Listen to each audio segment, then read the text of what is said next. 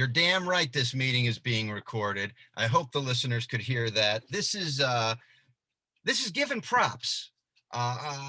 Thank you to the Sports Dump Network for letting us use their channel. But if you listened last week, you knew there was a transition going on, which is mainly that I've done 100 episodes of that and 500, and it ain't paying off. So now we're GIVIN props, which is a little podcast about prop betting. And we may accidentally talk about prop bets that do actually exist, but more likely we're going to talk about some events that might yield prop bets and what some of those prop bets could be if the world was filled with imagination.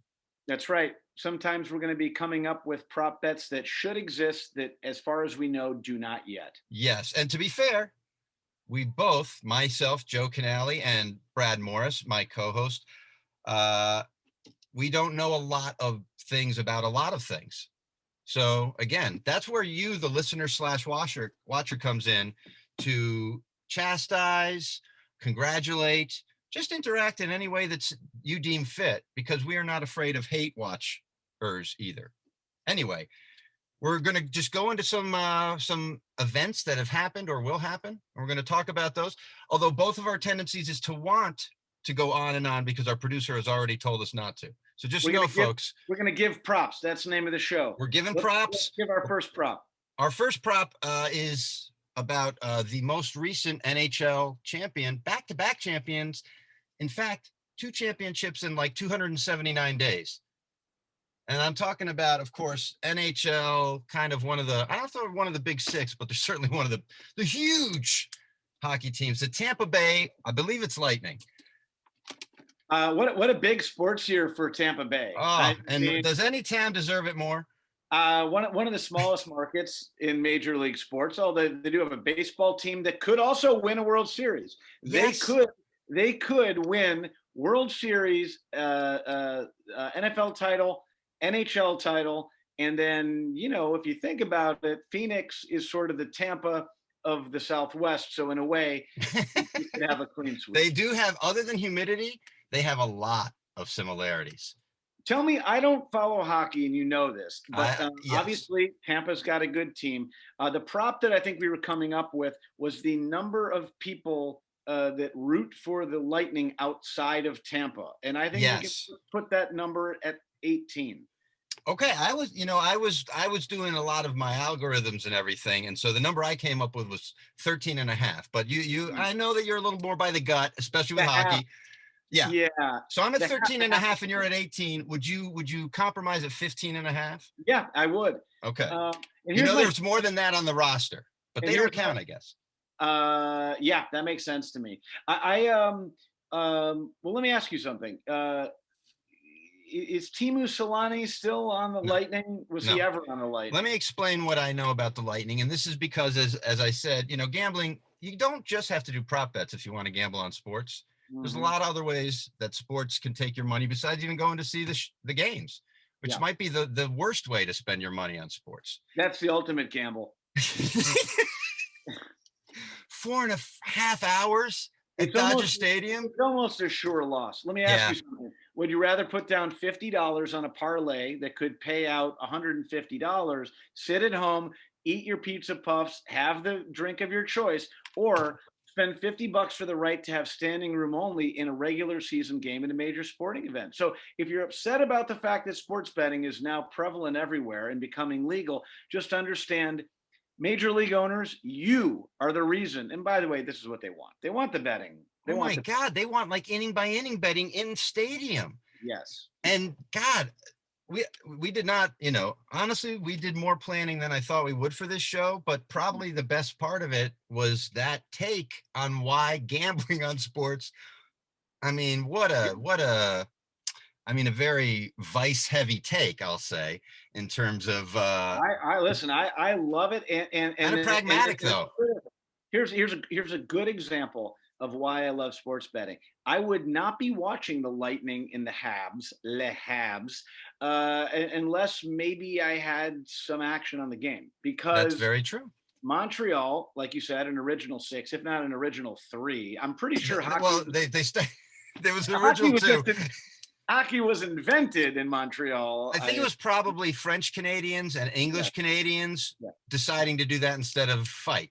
Yes. And by the way, for the amount of culture and good food that exists in Montreal, Tampa has just as little. On the scales. Tampa's greatest restaurant is a Shula's Steakhouse, which tells you everything because Don Shula never coached in Tampa. No, and has been dead for probably 20 years. Yeah. Oh my God. Well, that's a nice review of Tampa. Also, I will also just say, for those in the know, Tampa Bay, they had a guy who skipped the whole season in order to play with the salary cap. Then he comes in fresh as can be. This is a great player, Nikita Kucherov, and he plays 18 games. Well, everyone else played 70 before that and had the shit kicked out of him forever. And then he talks like he's some kind of tough guy at the end of this series. Eat shit. Do the regular season. This is the rare take of do it in the regular season. Kucherov, are you sure he's not a chess champion? This one isn't. I'm not saying there's not a Kucherov who's a chess champion. And the likelihood probably is that there is. Who are you calling Kucherov? My nephew is a chess champion, so I'm sure there's a Kucherov somewhere. All right. So do we come up with the amount of fans is over under? I think 15 and a half is what we came up with. Do we have to pick too? Here's my thing. We're just setting lines. I like to pick them. Here's the thing. I believe that not many people that are from Tampa leave Tampa. I only know a couple people from Tampa that don't live in Tampa any longer. And so I just don't know. I think if you leave Tampa, my guess is you're going to a bigger city that has more to offer other than a Shula's Steakhouse. And so I believe, or a Margaritaville or what have you, I believe that they go to bigger cities where there are better teams to root for. So that's why I'm going under the 15 and a half. You know what? I'm trying to form an argument for more.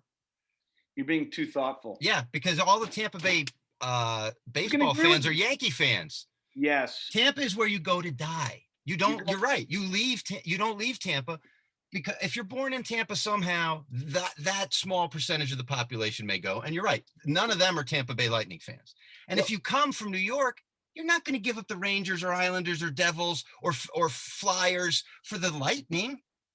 Tampa. I got to go under too. Tampa and hockey just roll off the tongue together. And any city, whether they have hockey or not, is a better hockey city than Tampa. There we go. Just climate wise. All right. What's the next one? Sound effect here. Okay, we're moving on to the NBA finals, which are also wrapping up. Or they're starting and wrapping up. It's a short series, so it always does the same. Our question is, they're in Phoenix tonight, right? Game 2? Yeah. How often will the Phoenix fans count past 10 when Giannis is at the line? Which is also essentially saying how many free throws will Giannis have? Well, yeah, that's a good. Because I believe you pointed this out in our premiere episode that they're counting too fast. They're counting too fast, and as the game goes along, the adrenaline starts to kick in. They only count faster. It's a little bit like when you roll a marble down, down a slope or another cylindrical object. It just gathers more speed. It's absolutely. And I really believe that it starts as 1, 2, 3, 4, 5, and by the time you're in the fourth quarter, it's 1, 2, 3, 4, 5. And so I understand what they're doing, but I'm taking the over on this. I think they go over whatever the number was. What was the number we talked about? How often will they? Well, we didn't have a number, so we have to set that. Let's say the over under is 10. I think that's an even number, and it's 10 seconds. So let's just, that's the metric system works. By the way, if I'm Monty Williams or the Suns, part of my strategy in beating the Bucks is to put Giannis at the line. Like, he's not a good free throw shooter. He looks visibly uncomfortable there. And then when the fans are doing what they do. But here's the other thing. I'd like to see the stats on this. I think he's a better shooter when there's counting than when there's not. I agree. I think it sets it up because then he's always shooting at like 11 or something because he knows they're going too fast. But they get to 10 or whatever, and then he starts his stroke because then he's not thinking because he's just kind of like, oh, I got to shoot it. It's harder to hear specific insults over a steady count than it is to just have booing and then someone who's shouting Well, something most about, people are not as good at steady insults as you and I. right. So that's why they go to the collective, and Yes. thus fascism. But Someone just asked me the other day, maybe you know the answer to this. What happened to the Phoenix Gorilla? I saw that on Twitter as well. Hmm. I don't know if the guy himself, like if it was his property, and maybe he's like the San Diego Chicken was just a guy, and then he became the mascot of the team. But I think he retained ownership of San Diego Chicken. So I don't know if it's the same thing with the gorilla, or if there's other things at Wow. play, if there's liability to the dunking, Wow. if just people, I I don't know. I have other thoughts that I'm not going to share. Okay. I have another question though, Yeah. tied to this prop, which is what is the highest number the crowd will get to before, will they get to 12 or 13? This is a great call. And this is where I would also like to see, a little more creativity out of the Suns fans. Why not start to count by twos or threes? Throw him out Any of his rhythm. Yes, They are setting up his rhythm. You're I exactly agree. right. I, They are I giving him, it's not smart. Again, the collective is often stupider. George Carlin said that, I think, than any individual. Well, like I said before, Phoenix is the Tampa of the Southwest. They share a lot in common. Beautiful women, I'm sure. Yeah. Yeah. Uh, And this you know, goes for if you like Phoenix, you're gonna like Tampa. look, I'm Except for the going out on a limb humidity. here. Yeah, exactly. It's a good place to. I'm guessing if Now you're Phoenix is retired, huge though. Phoenix is like the sixth or seventh biggest city in the United it States. is huge, and I know that they would not like to be lumped into a category with Tampa, and I understand that. But maybe Tampa doesn't want to be lumped into a category with Phoenix either. So look at it that way. I will. Okay. So let's just make some do you think they'll go past 10 more than I 10 do. times? I I do do. too. Because We're I think they're going to agreeing. put in the line a lot, and I think they're gonna do the counting. I just like to see a little more creativity. How So high how high a number do you think they're going to get to? I don't need to guess that. I only need to guess the over. Okay, is it over 12 and a half? Yes. I guess you just have to go over 12 really. Yeah. I'm going to say over. God damn it! I think they're going to get to 14. I'm just throwing that Wow. out there. Wow. I like it. Because you're right.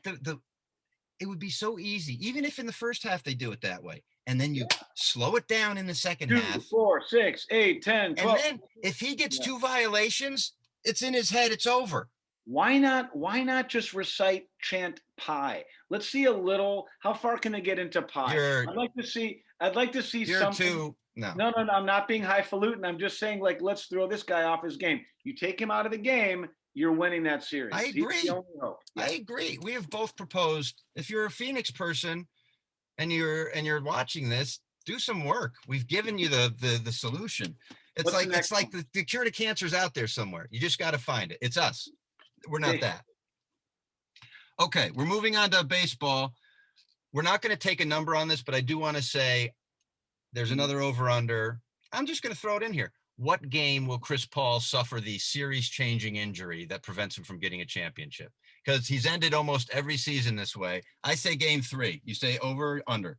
I'm going to go over. I think it's going to be game 4 or game 5. Yeah. Yeah, you're right. Damn it. I should have said it higher because it's more. It means more in game 4. He's a Hall of Fame. He's a Hall of Fame player, but he's also a Hall of Fame choker. And I believe that he's got enough. I don't know about choker. Until this year, when can you tell me that But those were injuries. Not always. He was on some Clipper teams where he just crapped the bed. I guess. He was on a couple Rockets teams where he did the same. I don't really know. Injuries, but I like him because he's kind of a jerk. Chris Paul is incredible. The point god. It's a great nickname. And it's apt. No matter whether or not you believe in a god, you got to believe in a point god. And I believe that much easier to believe in a point god. Much easier. I agree.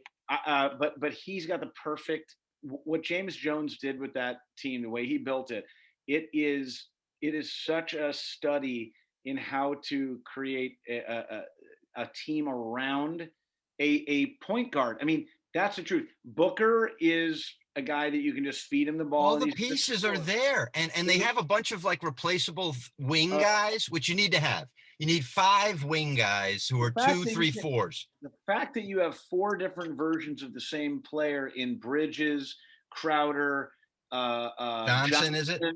Johnson, and I would Thara even got hurt, but yeah, but I mean that's what the depth is there for. Interchangeable guys that get 3-and-D guys, like they the market cornered, which is interesting because that's what James Jones was.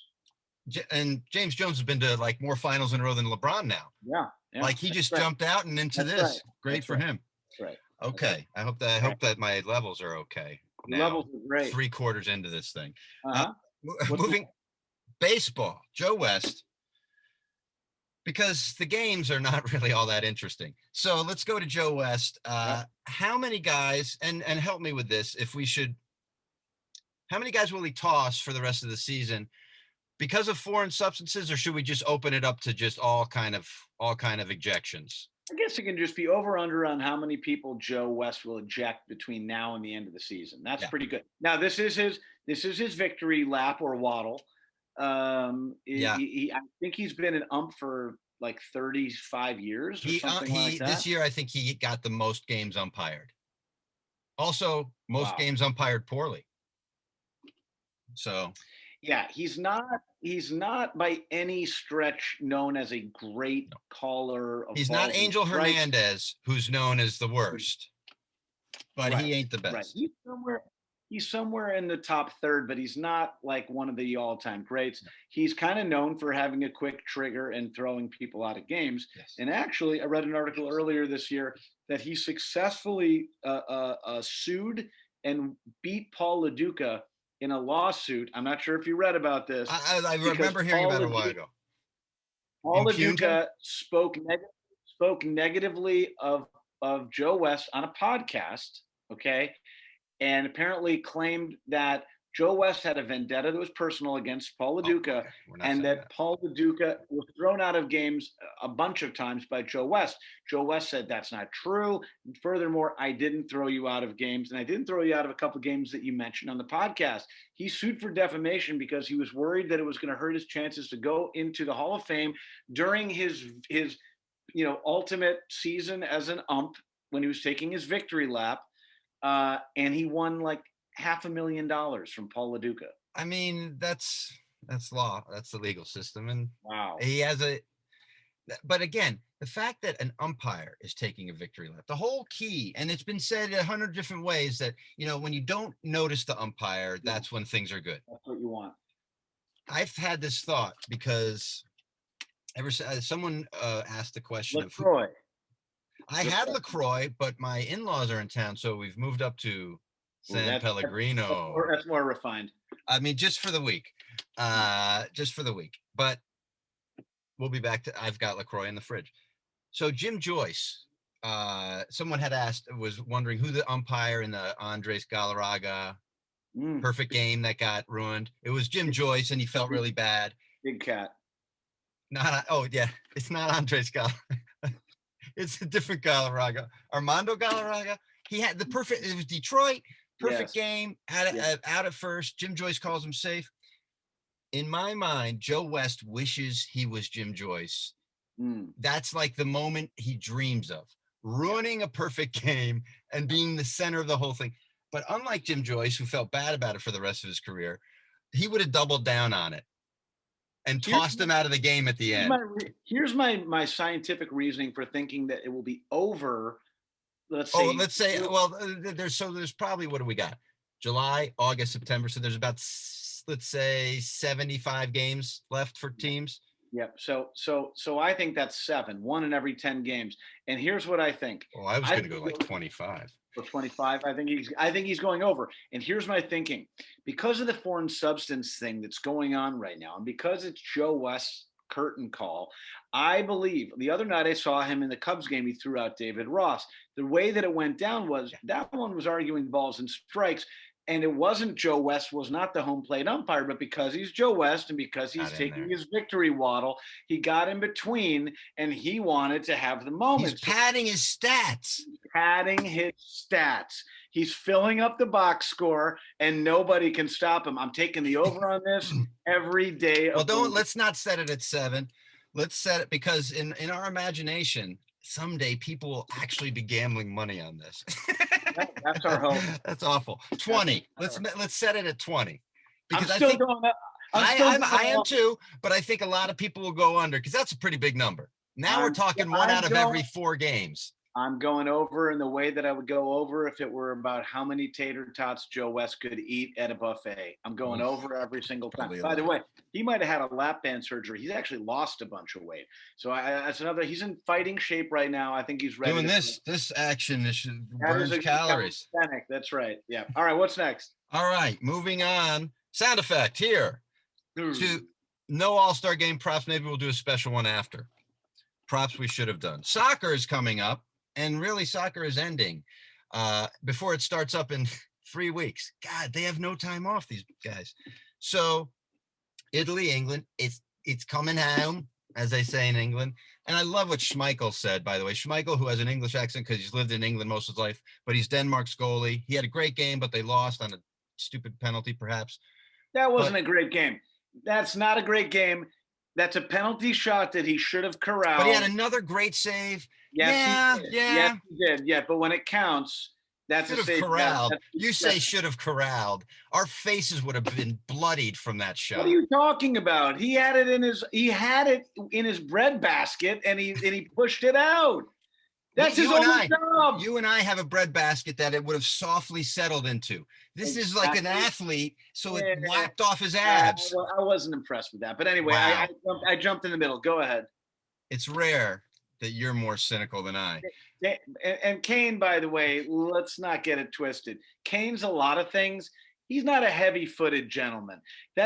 He is a precision finesse guy.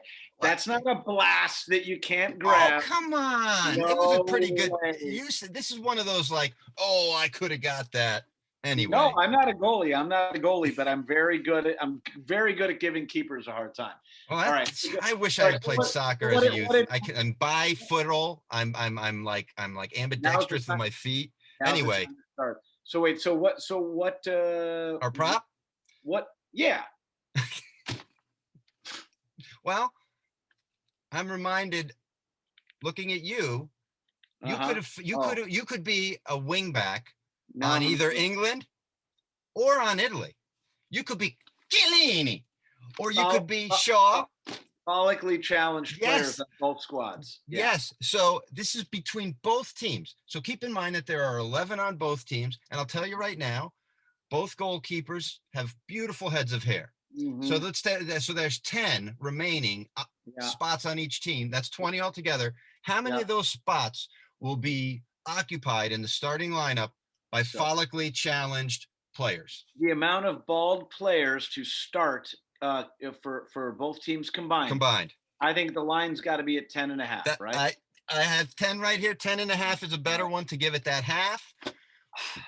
There's a couple people that I feel like are on the line on those teams, and that's where it gets a little tricky. Is Raheem Sterling? If you ask me now, and I was entirely bald. Now I just look bald, but if you get really close to me, there's a little bit of hair. Now I consider myself a bald man, but there are some people that are clearly bald to the naked eye and yet would say I'm not bald. So there's a little bit of LeBron James. LeBron James. He's got something coming back.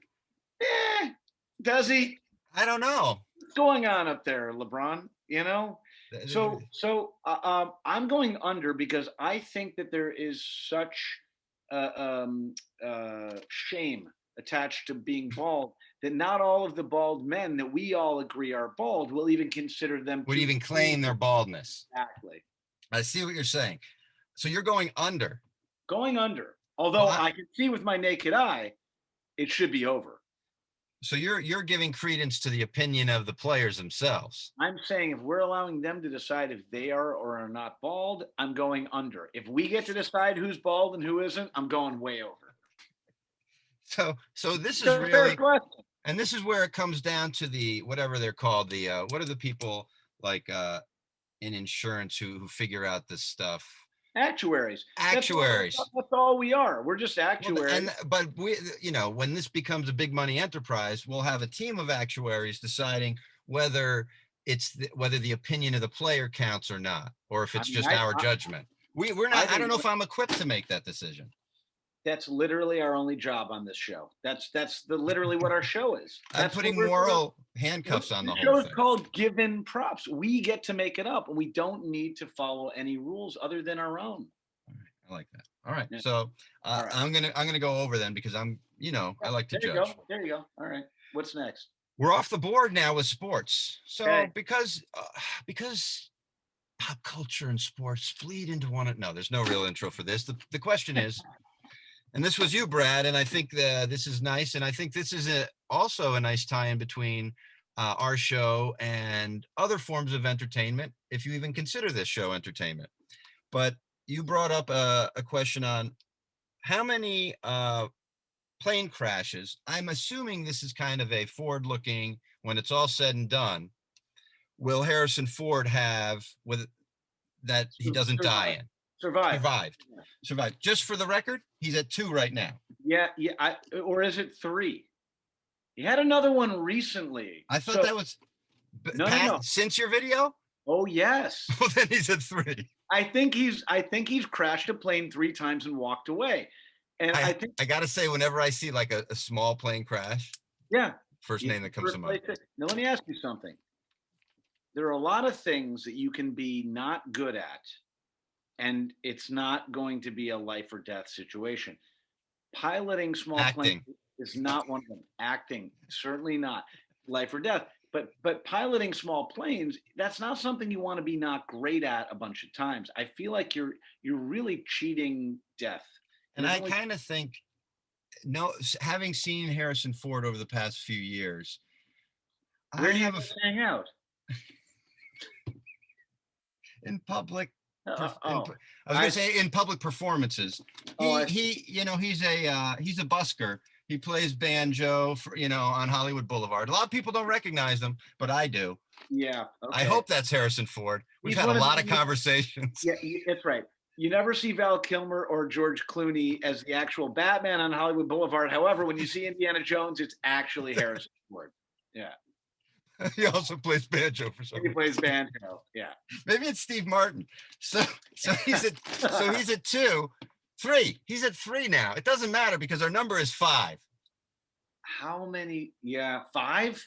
Well, he's an older guy. I'm not going to look up how old he is, but he can't be younger than 70. Oh, definitely not. And here's the thing. What I was going to say is he's clearly gotten into California's legal cannabis. Every time you see him, and I have to think that he has the entitlement of somebody who's going to try to fly high. Oh, he's a high flyer. He's a rim rocker, baby. He's a high flyer, baby. Tampa Bay. What about the over-under on the amount of times that we'll see that Dick Vitale Geico commercial where it seems like they maybe shot him up with something, rolled him out of whatever convalescent home he was in, and it does have. Doesn't he seem like he's not like he's being like sort of propped up by some drugs? And do this, yes, like the guy from Marvel the last few years. I don't know. Stan Lee. Stan Lee, the guy from Marvel. I think he is Marvel. Yes, Marvel. the guy that Marvel is from. Yeah. I saw Stan Lee at the hospital. I was there for an MRI. Yeah. This is a few years ago. He was there with like a younger, like a handler guy, and I thought that's Stan Lee. And I think that was a deal with him. Here I am, and if I had been a Marvel head and really known my stuff, I mean, for me to walk over to him and say, "I appreciate you for what you've done that I'm not a big fan of," feels like not the move. Oh, well. This is advice that I've been given. You don't have to add that part at the end. I like Spider-Man. But you don't have to add the part at the end. And I've struggled with this my whole life. Honesty is not always the best policy. No, it really isn't. And sometimes omitting, though, is not enough either. Sometimes they actually want you. I've learned a little bit in the business. sometimes I once I had an interview to work on a show that Billy Crystal was making, and it came to my attention afterwards that I did not do enough kissing of his ass, and eh, Yeah. you And know, actually, in retrospect, except for the Clippers connections, that's not a well, bad. That's not a yeah, bad. it was fine. I Yeah. said one nice thing, but anyhow, Hey, uh, speaking of the Clippers, I don't know if viewers, watchers know this, but Brad, Boban owes yeah. Brad a little debt of gratitude for just now. Boban is a personality that has its own appeal, Oh, but you kind of started the Boban movement in my thought. I think Boban. I'm so happy for Boban. I take zero credit for the star that he is, and I'm just happy that he's in a John Wick movie. Can't We can all be happy about that. All right, so Harrison Ford plane crashes 5. Yeah, I got to stay under. I got to think he's getting older. I don't see two more in his I future. actually see 5 as being kind of the one where Oh, you think five surviving. final one? So there, that makes the bet a little I don't easier. know if I hope he doesn't sue me for that, but Yeah. and because all right, I'm going to do a moving on. Yep. Sound effect. Oh, plane crash. If Thurman Munson had been wearing his seatbelt, he would have survived, they said, folks. So Deep cut. it's worth it to wear the seatbelt. I bet you that's why Harrison survived a couple of those. So NFL, since it is king, and there's even me who hates so many things, and I hate this too, but like I'm intrigued by it. Tim Tebow, and I see that there's over unders of like 3.5, 4.5 touchdowns. Is he going to? I want to lower the bar to reality. Is he going to catch one pass? Is where I want to say, In a or maybe regular the conversation is am I way off? in a regular season game. Regular season game. I think he's going to get a snap in a regular season game. You know what this is all about, by the way? Sorry. This is all about his pension. He qualifies after like 8 games. This is a favor from the Godfather who Tim Tebow has propped up with his opinion and covered up for. What team is he playing? Jacksonville. And what's his name? I think this The is bad man. Who's the bad man? I think this is a hat tip to Jesus Christ. I mean, I Jacksonville. There's no reason to have Urban Tim Meyer. Tebow, That's the bad man's name. to him. There's no reason to have Tim Tebow on your team. There are certainly Jacksonville's in the neighborhood of Gainesville and FSU as well, and so you're right. The Jesus thing is very popular. Oh, it's big. They're saying this Jesus guy could be huge. What's the difference between Christianity and Scientology? 2,000 years. There you go. That's it. My dad hates that joke when I tell it to him every time I see him. Oh yeah, he can't be a fan of that. No, I don't. Now that you talk about the Urban Meyer part of it, I'd forgotten about that. I do see him catching a pass. Touchdown? In the preseason, maybe. In the regular season, I don't see it.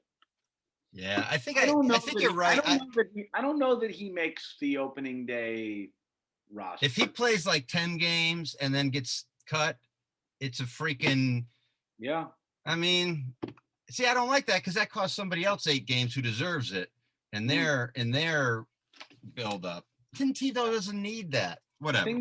The thing people don't understand about you, Joe, is it really you've just been about justice from the beginning. Just that's what it's about. Any kind of justice. If it keeps me from achieving anything personally, I will get into any fight available. Yeah, exactly. My ex-wife says I'm a right fighter, and I have to say she's probably right about that. I don't know what it means, but exactly, but I think she's probably right. It feels like you didn't fight her being right about that. So, yeah. Thanks again for another episode of Giving Props. Yes, we'll be propping off because we want to copyright both those things. We'll be doing that. So that's what we do here on Giving Props. We own both those things. We'll be doing that again maybe next week. All right. So just listen or look. And thanks to Sports Dump Studios and whatever long-term hotel you're staying in, Brad. That's right. It's a residence inn. There we go. Possible sponsor. All right. Bye, man. All right. See ya. Later.